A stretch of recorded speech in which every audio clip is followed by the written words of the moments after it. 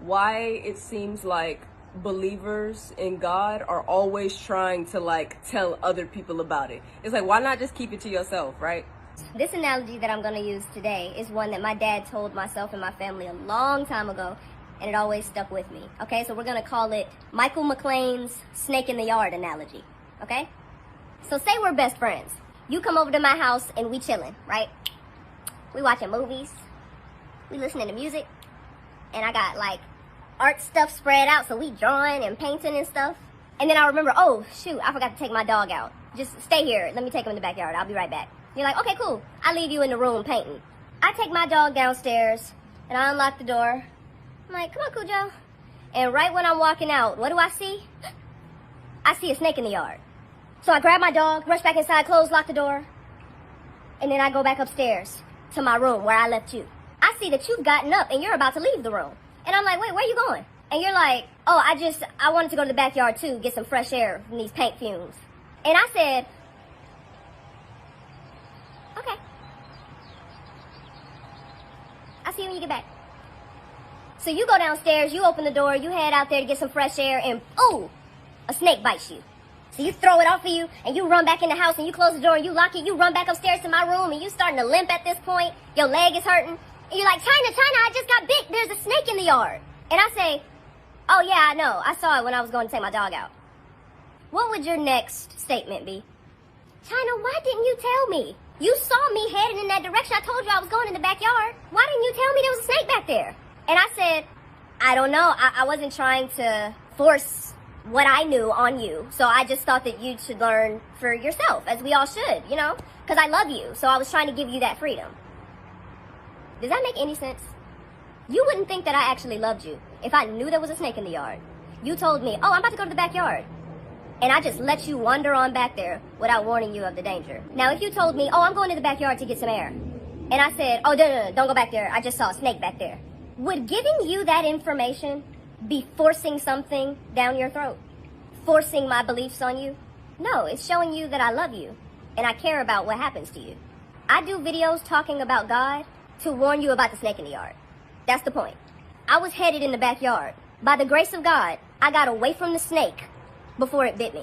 Now I see others heading towards the backyard. I know there's a snake back there, and so I'm just warning you and letting you know, yo, there is danger in that direction. And now, you have a choice to make. It's as simple as that. You can either choose to be like, heard you. I'm gonna go back the way I came. Or you're gonna choose to be like, China, I don't believe you. I'm gonna go back there anyway, excuse me. Now notice, nowhere in my analogy, or Michael McClain's analogy, did I say that I was gonna force you in the room and I was gonna forcefully keep you from going in the backyard. That would be forcing something down your throat. I never said that. You're your own person. You got free will. If you wanna go in the backyard after I've told you that there's a snake back there, do your thing, you can go. You gotta make your own decisions. But just warning you of the dangers. See, because I've been through certain things in my life, especially in the industry that I work in. So I know that God is real. And people can tell you all day, well, you don't know that. You don't know God is real. That's a belief. You don't know what I know. Only I do. If I ask you what your favorite color is and you say, oh, it's blue. And I'm like, you don't know that. Does that make sense? No, because only you know your experiences in life. Only you know what you know. Just like me. So I don't believe that God is real. I know God is real at this point, whether people believe that or not. That's the truth. Either way, I'm not going to force you to do nothing. Whatever decisions you make in your life ain't none of my business. They got nothing to do with me. But if I didn't tell you about the danger, I would not be showing you love or compassion. I would be showing you that I didn't give a crap about you. And it's funny because this situation literally just happened. Our neighbor texted myself and my sisters and was like, I just saw a snake in my yard, so just wanted to let y'all know for your own safety and for your pet safety. Our neighbor did that because they have love in their heart. This is how I show you that I love you. I have gotten bullied more for talking about God than I ever have in my life. Public school wasn't this bad. Like, for real, I did not expect to have people straight up cussing me smooth out for doing these videos about God. And I've tried to do it respectfully. I don't know why I was shocked about that, though. It literally says in the Bible, it talks about how spreading the word of God is difficult. It's not easy. Jesus is my example. He is the one that I want to be like. I am not required to convert anybody in order to secure my eternity. I have accepted that Jesus paid the wages of my sin on that cross when he was crucified. I love God, and I love his son, Jesus Christ. And I try my best to live my life according to his word. I try my best. I already know where I'm going when I die. But what good is eternity in paradise if I have left a whole host of other people when I could have shared these things with you guys? And you could have maybe made it too.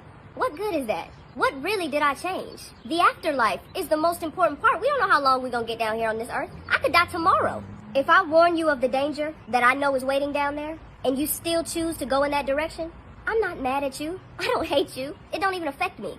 But if you end up in trouble, just know that I tried, because I love you.